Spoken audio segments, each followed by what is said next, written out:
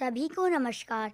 मेरा नाम राकेश कुमार है और मैं आदर्श विद्यालय का कक्षा 5वीं का छात्र हूँ। आज मैं यहाँ पर आप सभी के सामने एक कहानी सुनाने जा रहा हूँ जिसका शीर्षक है तीन दोस्त। तो आइए सुनते हैं कहानी। बहुत समय पहले की बात है। तीन दोस्त रहते थे। एक दिन वह घूमने गए। जाते जाते उनके पैरों में चोट आ गई और उन्हें उन तीनों को तीन चीज़ें मिली।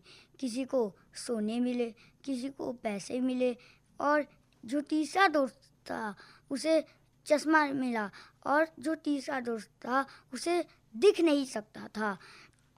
तो उसने तीसरे दोस्त ने कहा, अरे तुम्हें तो बहुत अच्छी चीज़ मिली है, मुझे देखो, मुझे तो खाली एक चश्मा ही मिला है, तुम्हें तो बहुत काम की चीज़ मिली है। वह बोले, नहीं भाई, तेरे काम की चीज़ तुझे मिल चुकी है। पर वो नहीं माना। उसने उस चश्मे को फेंक दिया और कहा, ये मेरी कोई काम की चीज़ नहीं है। वह दोस्त उसे छोड़कर चले गए और बहुत रात हो चुकी थी, अंधेरा भी बहुत था।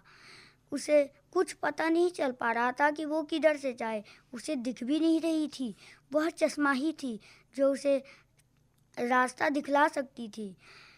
तभी अचानक उसके सामने एक बूढ़ा प्रकट होता है और पूछता है, बेटा तुम्हें क्या चाहिए, तुम क्यों यहाँ पे खड़े हो।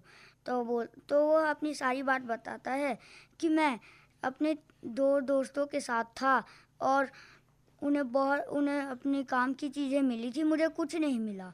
मुझे खाली एक ही चीज़ मिला, चश्मा, जो मेरी काम की चीज़ नहीं थी। अब बताओ, मैं मुसीबत में फंस चुका हूँ, अब मैं कैसे जाऊँ।